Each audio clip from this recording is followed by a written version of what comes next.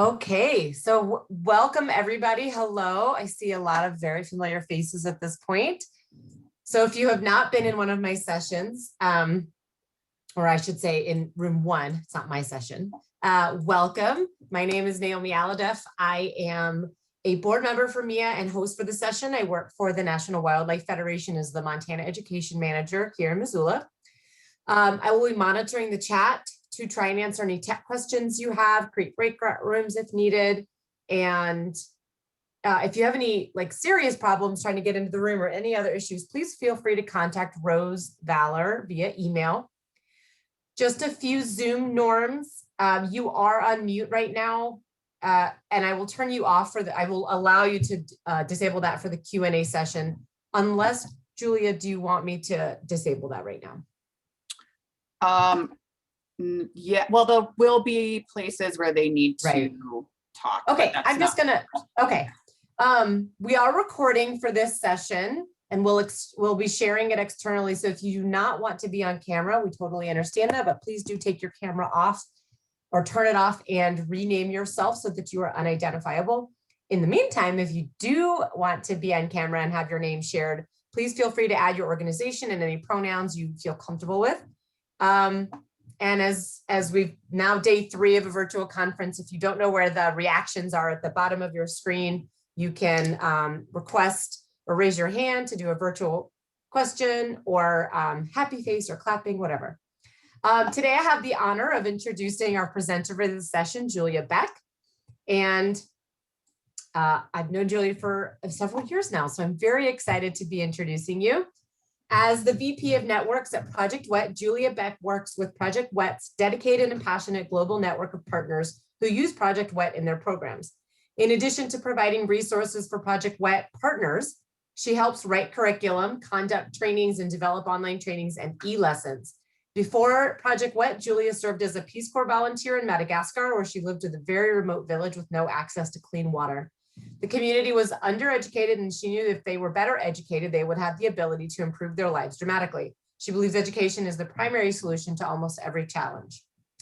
And Julia, I love this. Julia received a BA in biology from Colorado College and an MS in wildlife biology from Montana State University in Bozeman. She has worked as a wildlife biologist studying kit foxes, coyotes, and wolves, taught at an outdoor science school, and traveled as a student of the world, including her time with the Peace Corps. And for those of you who don't know, I'm the Project WET coordinator for the state of Montana. And since Project WET as an organization is based in Bozeman, this was a very natural fit. So without further ado, I'm going to pass the baton to Julia. You're all set. Awesome, thank you. I realized I probably could have cut that down a lot, but you know. Probably could have too, but it was. Who has time to do that? So welcome, you guys. I'm so happy that we have so much interest in this topic. I will put these materials back up again at some point, but if you have had a chance to gather them, that's great. This will be a hands-on activity at some point here. So with that, I will be talking about incorporating environmental justice into environmental education.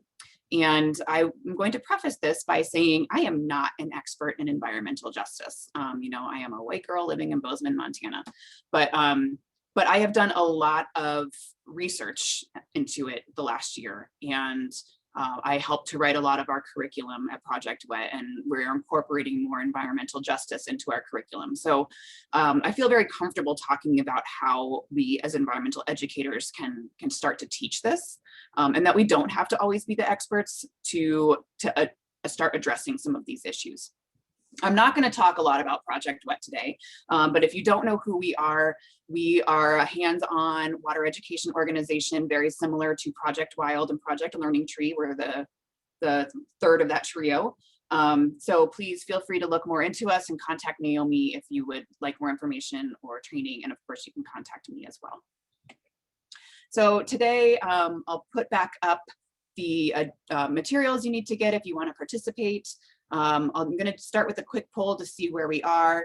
A very brief overview of environmental justice and what it is, and then we're going to get into a Project WET activity to actually do that. So again, here are the materials. All you really need is a glass of water and some pepper or coffee or something. I mean, I just went to my spice cabinet and grabbed that pepper out. Just something that you can see and sprinkle into the water. And then you can spend your time here finding an object that you don't mind dropping in water and maybe tearing up a few pieces of paper when we get into the activity. So I want to start with a Menti poll. So if you guys have your phones available, or you can do this on your computer as well, you're going to go to menti.com. Let me share. Put the link in the chat. If you just give me the code, I'll put it in too. Oh, thank you. All right, so the code, are you guys seeing the Menti screen? Okay, the code is up here, 6081-8347. So you just go to menti.com and it should ask for a code and you enter that. And then there's two different questions. We're going to start with the first one and it's anonymous. So I just want to know how comfortable everybody is with the topic of environmental justice. If you don't know Menti, it's Mentimeter is where you can get a free account. You can use it in schools, you can use it in presentations. It's fantastic. There's a lot of different types of poll options. Give this another second while the tallies come in. But it looks like, generally speaking, we have people that don't know very much or some that have read a bit about it. It's certainly been in the news a lot, so I wouldn't be surprised if we've all read a little bit about environmental justice. I'm going to go ahead on to the next question, just for the sake of time. And I love these polls. They're called word clouds. So you'll have the option to enter 3 different words, and I want to know what comes to your mind when you hear the term environmental justice.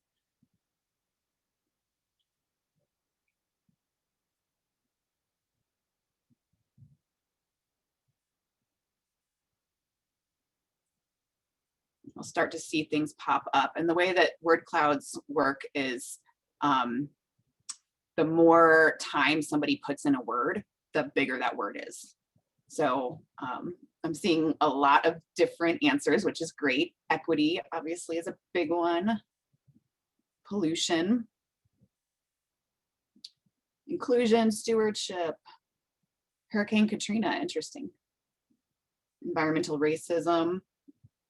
Okay, it looks like pollution and equity and poverty are the big ones right now. Unfair, unequal, advocacy. Okay, these are great. Well, interestingly, we are going to talk about pollution today, so that's perfect. And we're going to talk about how different people are affected differently, obviously, so the equity of that in terms of pollution. So let me switch back to the other screen and we'll get started. So thank you guys for indulging me in that. Move all my screens around. All right, so here is the US EPA definition of environmental justice. Oh, and I'll note if you guys have any questions at any time, go ahead and throw them in the chat box. I like this to be a dialogue, and I think this is something that should be a dialogue. So the definition from the US EPA is a mouthful. Fair treatment and meaningful involvement of all people, regardless of race, color, national origin, or income, with respect to the development, implementation, and enforcement of environmental laws, regulations, and policies.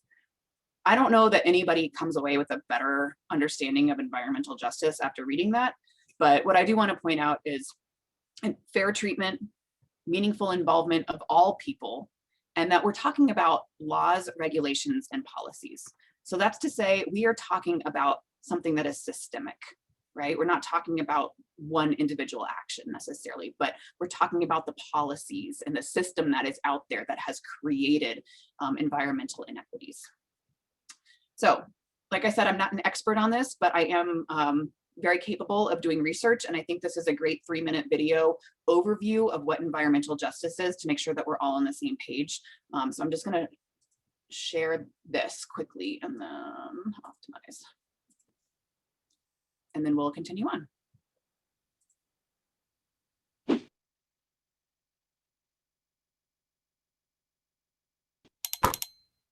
Okay, so this is a city. Here are all the people living in it, people of all different colors, ages, wealths, and incomes. Except they don't all live together in the same place. They're separated into different parts of the city by what color they are, what language they speak, and how much money they have. And those different parts of the city look quite different. The parts that are whiter and wealthier tend to have green spaces, grocery stores with nutritious organic food, and of course the money to buy it, and are often far away from pollution-emitting freeways. The parts that are poorer and more diverse tend to have industrial sites, heavy-duty diesel-polluted ports and highways, and hazardous waste, all things that the city relies on to run properly, but that heavily pollute the air and water. And even if they had those grocery stores with nutritious organic food, most residents there couldn't afford it anyway. How did this happen? Well, this segregation can be traced back to race-based zoning and housing policies. Okay, but it wasn't always as deliberate as plain old racism. All the people some separations can simply be traced to colors, ages, wealth, and as a result, except they don't all live together, live same very different lives. They're separated into different parts of the city. Realizes it has an emissions problem. It comes up with a plan to reduce air pollution, plant more trees to suck up the carbon, or start a cap and trade program. But those trees get planted in the neighborhoods that are already green, and the factories that are spewing toxins into the air just buy more carbon offsets and keep spewing their toxins. The benefits of these programs are enjoyed by the communities that are already doing just fine, and the communities that were hurting most from all that air pollution, well, they're still hurting. This isn't just an imaginary city, this is the story of real cities all across the US where people might live in the very same area code, but their race, ethnicity, or wealth and income bracket causes them to experience wildly different quality of air, water, and life. In fact, it can even mean that they also experience different deaths. That's how serious this stuff is. This kind of inequity expands far beyond cities, too. Rural areas are full of commercially valuable resources like oil and coal, and they're also home to indigenous and low-income communities. But when those resources are extracted, those communities don't see any of the money, and they end up with all the air and water contamination that's left over from the extraction. And we even see this injustice on a global level, like in small island nations that are forced to directly confront the consequences of rising sea levels, but haven't played any significant role in the industries that are causing climate change. These peoples are sometimes forced to flee their homes because their land is literally going underwater. But the very states that did play a hand in creating climate change don't have migration policies to accommodate them. So when we talk about environmental justice, we're talking about how we can try to break down and reimagine a system that's built up on these inequities. A system where those who are already disadvantaged because of their race and economic status are made poorer because they're unable to profit from the resources that the world depends on, and are made sick or worse by the environmental contamination that comes with extracting those resources. Social inequities are intimately tied to the environment. That's why social justice is an environmental issue too.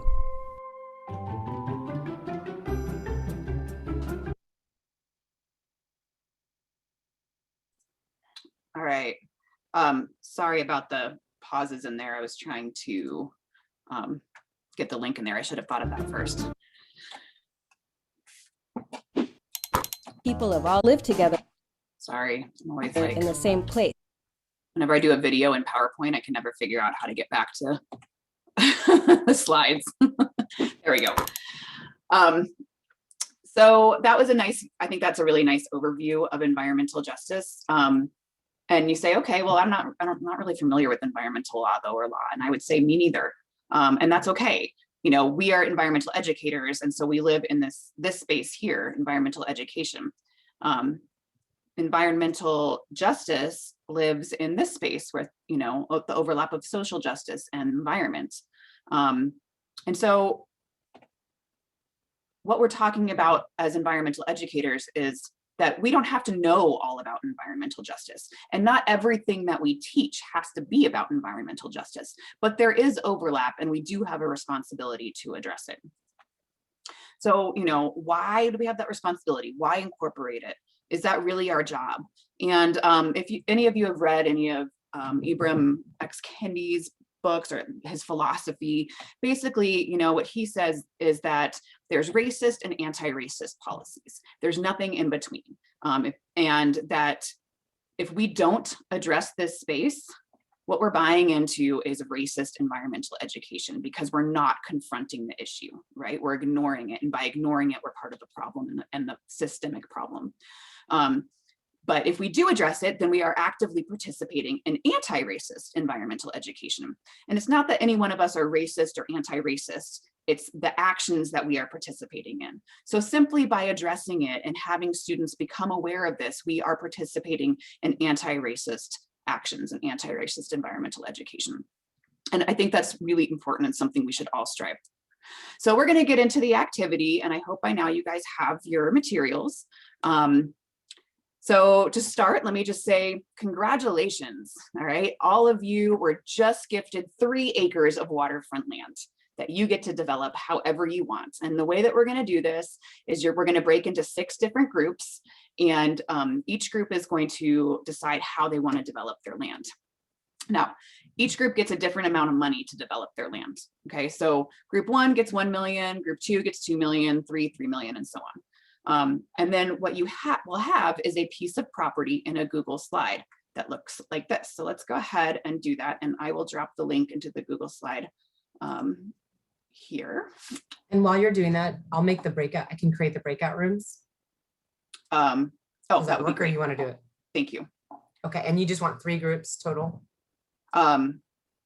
Yes. No, 6 groups total, sorry. Let's see what I have here. Sorry. I really do know how to share screens. I'm just confused right now. I confused myself. So here we are. This is the Google slide document, and I'm going to go ahead and put that in the chat box for you guys. So when you break out into your rooms, group 1 will have slide 1, and it says group 1 at the bottom. Group 2 has slide 2, and so on. And then the last 2 slides have this bank of pictures. And the idea is that you can use this bank of pictures to copy and paste onto your slides to develop your land. You don't have to use them. You can choose to add in pictures from the internet, from your computer. You can type things, you can, draw things. Whatever you want to do to develop your land in your group. You have, let's say you have 7 minutes to do this, and then we'll come back together, and one person from each group is going to share what your land uses are and what you've decided to do. Now, when you go into these groups, please don't be environmental educators. Go into these groups as, 5th or 6th grade students, or somebody maybe who just won the lottery and doesn't really know much about how to develop land. Make it fun. And then we'll come back and talk about it. So any questions? Kind of following along, hopefully you guys came up with some fun, there we go, some fun property development here. So what we're gonna do is just go through quickly, and I wanna hear the 30-second version of what you guys developed on your property. So we'll start with group 1, and if somebody from group 1 can talk about their property.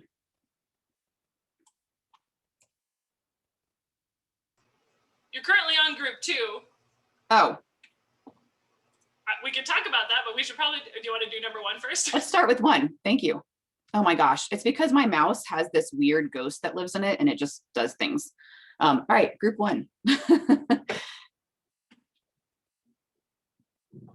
Okay, I will be the spokesperson, I guess. So we only had $1 million, which we didn't know how that translated to what we were allowed to purchase for our land, but we were thinking from the 6th grade perspective that water slides would be pretty amazing. And then one member of our group, very wise in bringing up porta potty. We definitely need to have a bathroom on our land. Animal and garden, we decided the sheep can ride in the boat with us. So just the one lowly sheep. And then the community garden is a way to educate, but also maybe provide us a little bit of food. But obviously the most exciting parts are the treehouse and water slide. If anyone else in the group wants to add in some info. Perfect. All right, group 2. similar thoughts as group one, but we basically created a treehouse kingdom where we have 2 tree houses. We have a play area between them to get between them. We have water slides from both of them to the water. We have boats and we have canoes. We also have chickens and a goat/sheep. We weren't sure what that was. And we want to be able to grow our own food. So clearly, this is the fun kingdom here. Awesome. All right, we didn't have anybody in group 3, so not a lot of impact on the land there. Group 4. I guess I can go. I think we started from the perspective of all the fun things we wanted. So we have fishing and boating and sailing, and of course we need a dock to park those things at. We decided we needed a garden because we have to eat some food, and we need some animals to help us. So we figured sheep would, help us with our soil and maintaining our weeds, and then could also be some food eventually. We like horses, so they get to come along. And then we made this very, very tiny putting green. It's not a whole golf course, but we thought a putting green would be fun, and just a little tiny one. So that's why it's in the corner. Awesome. Okay, group 5.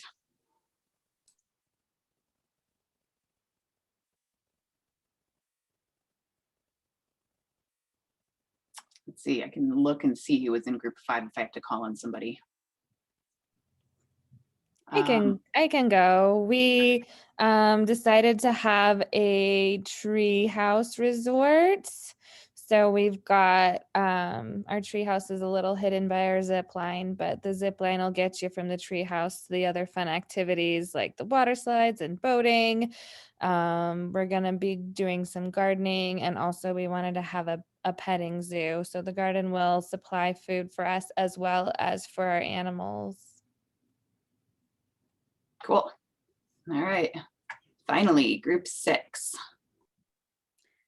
So we named our getaway the retreat. The is to symbolize that feeling of calm you feel once you come here.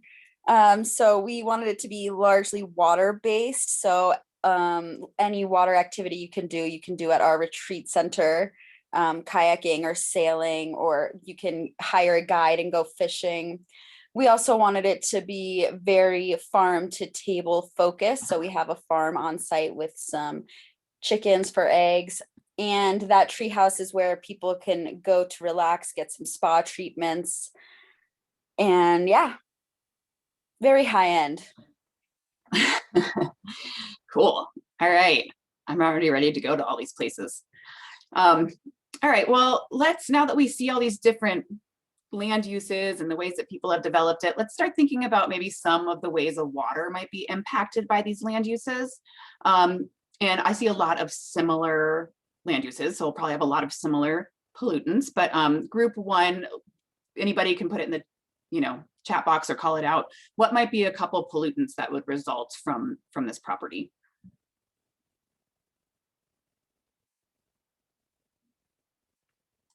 And I'll give an example. Like this boat probably has some gas or oil that might leak into the water. Sunscreen from kids visiting. Yeah, so we might have some chemicals that come in. Anything else? Someone said an outhouse or animal waste. Animal waste, yeah. Hopefully not human waste, but animal waste. And then, depending on who's opening things up here, I'm gonna guess if you've got a bunch of kids going down water slides, I'm gonna say there probably will be some litter laying around. Hopefully not, but there definitely could be. All right. So I jumped to energy source. How are we going to turn on the lights or cook the food? Ooh, yeah. What kind of byproducts might there be from that?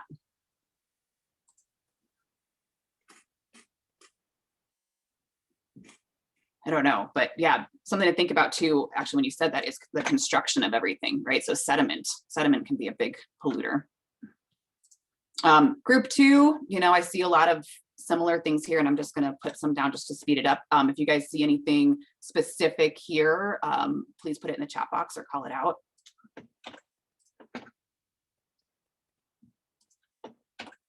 We've got litter probably, let's see, oh yeah, there is a boat there. That's got that. Chicken farm, gardening. Is it an organic garden? I'll assume it is, so we're not going to put any fertilizer there. Let's skip to group 4. All right, we've got animal waste. What else? Ooh, here we have a mini golf course. So, you know, I'm going to assume that to keep this golf course, lawn management, exactly. So let's get some fertilizer in there. I don't see a ton of construction here, so that may not be too bad, but sailboats shouldn't take gas. Yeah, this one's pretty low impact. All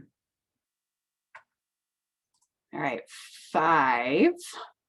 Ooh, zip lines, fun. Construction of treehouse. What else? So some sediment maybe, gas.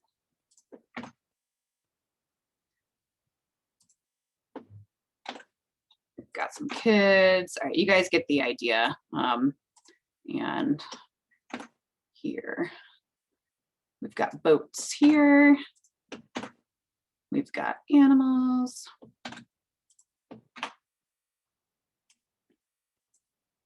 Okay, what else do we have? Construction. All right, so you can see there's a, there's a lot of different types of pollution that can get into the waterways depending if it's not managed correctly. But what I haven't told you yet is what the flow of this river looks like. And the flow of this river starts up here at 6 and it goes downstream all the way down to land plot 1, group 1. Okay, and so what that looks like when we're talking about the flow of the river is here we're starting at 6, right? So I want you guys now to grab your glass of water. We're at the top of this stream. And, you can see we've got some different forms of pollution here that are pretty common to all the different lands. So maybe everybody just sprinkle a little water, pepper, tea, sprinkle coffee, whatever you guys got in your water. And I want everybody to do this because what is happening with the water from 6? Where is it going? It flows down, right? So it's going to 5, 4, 3, 2, and 1. So everybody gets the pollution from group 6. All right, well, group 6, you're now upstream. So we're heading to group 5. And again, group 5's got some pollution happening here, same types of pollution. So again, everybody, 5, 4, 3, 2, 1, sprinkle just a touch into your cup. And we'll head downstream. And here, again, we have group 5, you're upstream. Group 6, you don't have to worry about any more pollution, but 4, 2, and 1 do, and 3 also, although we don't have a 3. So again, sprinkle some more in there. All right, but we also have something here that is, that is unique, and we didn't see it in the other land uses, and that's this lawn management fertilizer. All right, so I want you guys to pick whatever your unique object is and go ahead and drop that in there, and then we'll continue downstream. Group 3, undeveloped. However, they still get some pollution, so we can go ahead and sprinkle that.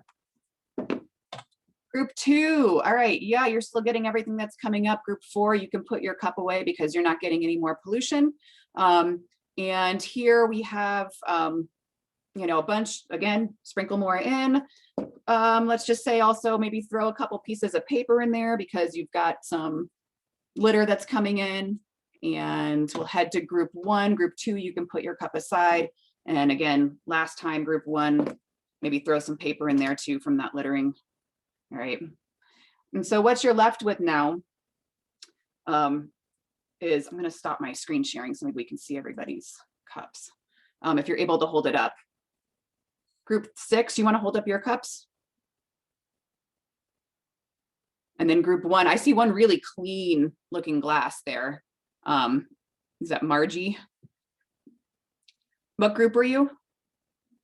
I'm in 2 and I use like pepper and I have a paper clip in the bottom. Oh, you do? Okay. It's kind of hard to see on the screens. Yeah. Yeah, I went all the way down to group 1. And I see, yeah, some pretty dirty ones in there. Wow. Lane, nice.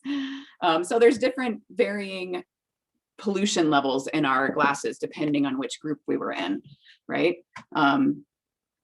And so let's get into who these groups are. That is not the one I wanted to share, sorry. All right.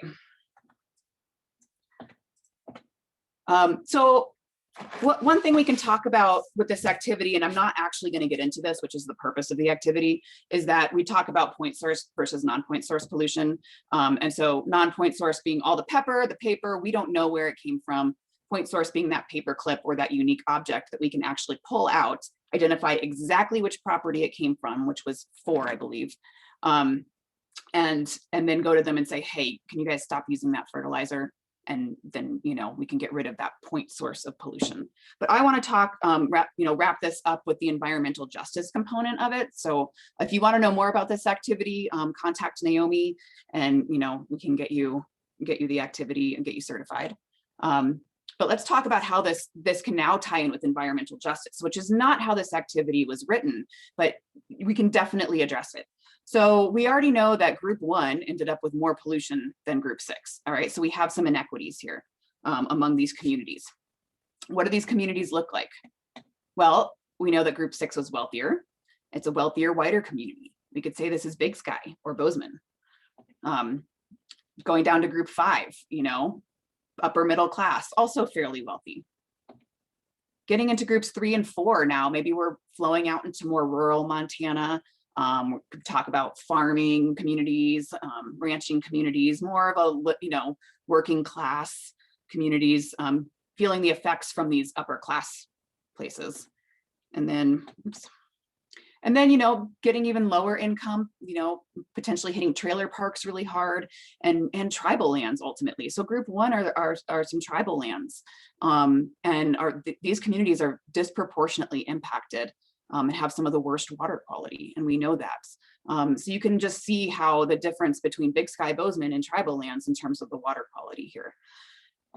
And then we can look at a map and see how this actually flows. And I realize this is not a perfect example here, but you know, we have Big Sky, Bozeman at the headwaters flowing through some affluent communities around Canyon Ferry. Getting out more into, you know, middle class, and then out into the reservations out here, into the tribal lands. And so, you know, we can actually look at data and look at water quality in these areas and compare them. It is not a perfect example because, of course, the Missouri watershed covers many, many states and goes through many different types of communities, including, sorry, are you guys seeing my map okay? We see your screen with the, but it's not a on, map. it's on group 1. Okay, sorry, I just realized that I never actually fully hit share, so you probably don't know what I was talking about. But here is here is where that flow happens. So we have group 6 being wealthy, group 3 and 4 being that middle America, getting into lower income and tribal lands, you know, and then looking at the flow of the river. But as I said, Missouri watershed covers many states with many different types of communities and different levels of wealth. So it's not a perfect match, but we can look at what Montana is doing to address water quality and where those areas tend to be. I did not do deep research into this, so you know, this is an overview that we'd have to dig deeper into. And we can also look at where watershed restoration plans are. This was from the 2018 report. And so, you know, what's missing in these lower income Eastern communities in Montana, where a lot of the tribal lands are. But you don't have to know all of this, and I don't know all of it. You can assign your students research projects, because any good educator that doesn't know the answer makes sure they put it back on their students to find it, right? And so that's what I would recommend here, is this is a great conversation starter to start looking to dig deeper into it, and they can dig deeper into any issue that interests them when it comes to pollution or environmental justice. There's a lot of examples out there. We don't have to look too hard. In Montana, certainly there's a huge disparity with tribal lands and water quality there. But, you know, looking at Flint, if you're, you know, water quality in Flint, it's definitely, you know, a Black community that has been impacted there. And this is interesting. This is just something that came up this month. And I found this in my research yesterday that, you know, the EPA basically has cited the Blackfeet and the Fort Belknap reservations about their water quality issues, saying that they're not keeping up on them. But then we have to look deeper into that and saying, okay, well, why aren't they keeping up on them? Where is the infrastructure, right? What we've been ignoring tribal lands for hundreds of years. What kind of infrastructure do they have to maintain clean water? And so those are those environmental justice issues that we can dig deeper into with some of these activities. So in finishing this up now, thinking about how you can incorporate environmental justice into your lessons, all it takes is a Google search. You don't have to be an expert on it. It is honestly, okay, I'm talking about green spaces today. Where are green spaces located? Do a quick Google search on green spaces and environmental justice. Climate change, perfect topic. In fact, there's a whole area of environmental justice called climate justice, where BIPOC communities, Black, Indigenous, people of color, are disproportionately impacted by climate change. Obviously, water quality, drinking water. We just did this one on point source pollution, non-point source pollution. Factories tend to be around communities of color. So you don't need to know everything to know what to bring up and have your students research. And with that, there is my email address. And we have a couple minutes. I would like to end with a poll, if that's possible. I want to ask you guys the same question that we started with at the beginning. Let me get to it. It's another Menti. So go back to menti.com. And let me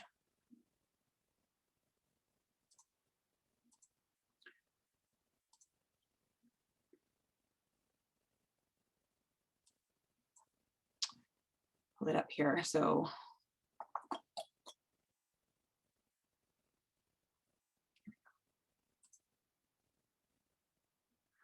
is it the same code, Julia? It's not.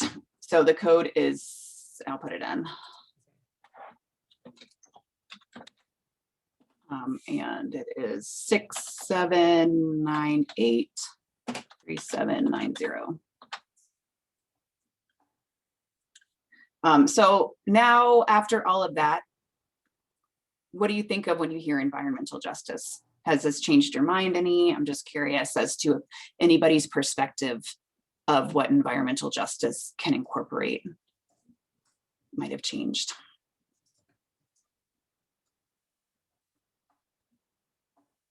Even more unfair, systemic, critically important. I still see pollution, which is very true, inequity, complicated for sure.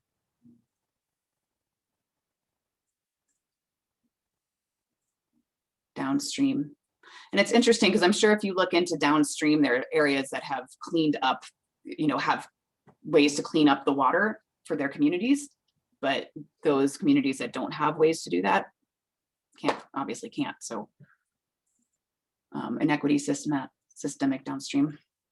So it has changed a little bit, and I'm glad. I'm hoping that you guys are able to research this a little more and find ways to incorporate it into your lessons. I'm always happy to discuss. I'm not an expert, as I said, but I love brainstorming. So thank you guys for attending this session.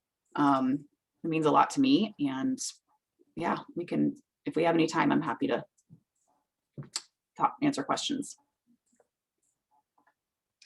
I want to just throw out in the chat that Wendy Du, who is on with us right now, is the EPA Region 8 representative, and she has put her email into the chat as another resource and contact more on equity and justice stream webpage.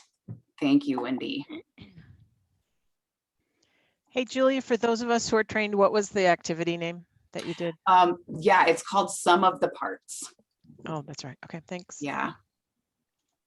And if anyone is interested in a Project Wet workshop, please feel free to reach out to Julia, but also myself. I'm the coordinator here for the state of Montana. I do them virtually right now, but eventually we will get back to in person. But if that's something you personally are interested, or if you have a team of teachers, please reach out.